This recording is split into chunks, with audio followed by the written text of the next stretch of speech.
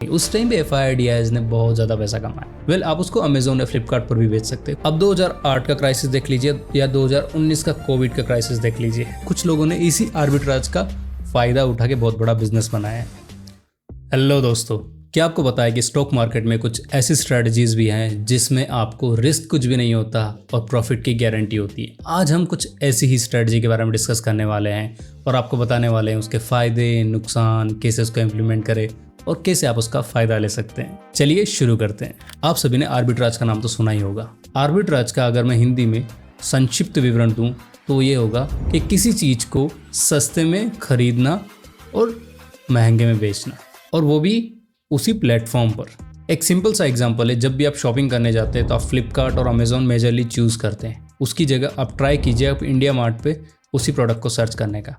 Most of the times आपको वो product मिल भी जाएगा, बस उसकी नंबर ऑफ क्वांटिटीज़ है वो ज़्यादा ऑर्डर करनी पड़ेगी, और वहाँ जो सस्ते में मिलेगा आप उसको अमेजोन या फ्लिपकार्ट पर भी बेच सकते हैं। कुछ लोगों ने इसी आर्बिट्राज का फ़ायदा उठा के बहुत बड़ा बिजनेस बनाया है, और यही स्टॉक मार्केट में भी होता है। इस वीडियो में हम ये 5 चीज़ें डिस्कस करने वाले हैं। आर्बिट्राज ट्रेडिंग है क्या और कैसे काम करती है। Second point, what are the types of arbitrage trading. Third point is how to find opportunity in Indian stock market when we talk about arbitrage. Number fourth point is what are the risks involved with arbitrage trading and how we can avoid them.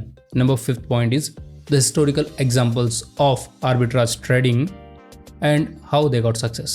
पहले देख लेते हैं कि arbitrage है क्या stock market में। जब आप किसी मार्केट में किसी एंटिटी या यूँ समझ लीजिए कि किसी असेट को लोअर प्राइस में बाय करते हैं और दूसरे मार्केट में उसको हायर प्राइस में बेचते हैं तो इसी को आर्बिट्राज कहा जाता है। स्टॉक मार्केट में 2 एक्सचेंज है, NSE एंड BSE। यहाँ पर बहुत सारी अपॉर्चुनिटीज़ क्रिएट होती रहती है, जहाँ पर आप एक पर्टिकुलर मार्केट में उसी स्टॉक को लोअर प्राइस में खरीद सकते हैं और दूसरे मार्केट में हायर प्राइस में बेच सकते हैं। एट द सेम टाइम दोनों मार्केट में पर्टिकुलर असेट की वैल्यू डिफरेंट हो सकती है, और यहीं पर हम अपना गेम प्ले करते हैं और आर्बिट्रेज से पैसा कमाते हैं। अब देख लेते हैं कि आर्बिट्राज के टाइप्स क्या क्या होते हैं। पहला होता है प्योर आर्बिट्राज, दूसरा होता है मर्जर आर्बिट्राज, और तीसरा होता है कन्वर्टिबल आर्बिट्राज। प्योर आर्बिट्राज का मतलब ये होता है कि आपने एक मार्केट में पर्टिकुलर असेट खरीदी और दूसरे मार्केट में बेच दी। मर्जर आर्बिट्राज का मतलब ये होता है कि आपको पता है कि 2 कंपनियों का मर्जर होने वाला है, आपने दोनों के स्टॉक खरीद लिए, और क्योंकि मर्जर होने वाला था आपको ये भी पता था कि स्टॉक का प्राइस हाई ही होगा, वैल्यूएशन भी बढ़ जाएगी, तो आपने वहाँ भी आर्बिट्राज का फ़ायदा उठा लिया।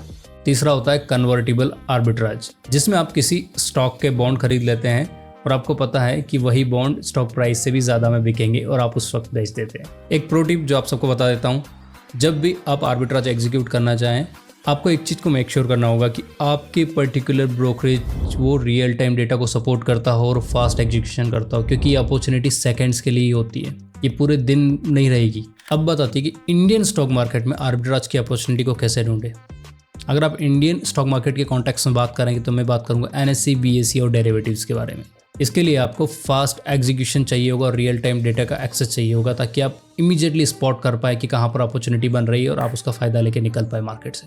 और ये अपॉर्चुनिटीज़ पूरे दिन के लिए नहीं रहती है, सेकंड्स में चेंज होती रहती है, बनती है, बिगड़ती है, तो आपको उसी अपॉर्चुनिटी का फ़ायदा लेना है। आपको एक प्रो टिप भी दे देता हूँ, जब भी वॉलेटिलिटी एकदम से शूट अप करती तब आर्बिट्राज का फ़ायदा आप ले सकते हैं, क्योंकि आपको जो स्टॉक प्राइजेस में जो गेन आएगा और प्रीमियम्स में जो गेन आएगा पर्टिकुलर स्ट्राइक प्राइस पे, वो बहुत ज़्यादा डिफर करेगा। मतलब आप मैथमेटिकल फॉर्मूला भी लगा लेंगे ना, तो भी वो जो स्टॉक प्राइस का प्रीमियम का जो प्राइस है ना, स्ट्राइक प्राइस का प्रीमियम, वो बहुत ज़्यादा रहेगा, और वो वॉलेटिलिटी के हिसाब से हुआ है। वैसे तो आर्बिट्राज ट्रेडिंग को लोग रिस्क फ्री ट्रेडिंग मानते हैं, बट रिस्क फ्री जैसी चीज़ कोई होती ही नहीं। There is always catch. पहला होता है एग्जीक्यूशन रिस्क। जैसे आप ट्रेड प्लेस करने जा रहे हैं, मार्केट या तो बहुत ज़्यादा मूव हो गया या आपका ब्रोकरेज सपोर्ट नहीं किया, वो भी एक रिस्क है। दूसरा होता है लिक्विडिटी रिस्क। जब किसी हाई लिक्विड स्टॉक में आप आर्बिट्राज कर रहे हैं तो हो सकता है कि उसका प्राइस जल्दी से नॉर्मलाइज हो जाए, क्योंकि उसकी लिक्विडिटी हाई है, मतलब ज़्यादा लोग ट्रेड करें तो नॉर्मलाइज होने का चांसेस भी ज़्यादा है, और हो सकता है वहाँ किसी और ने बेनिफिट उठा ही लिया हो पहले, तो नॉर्मलाइज हो ही जाएगा।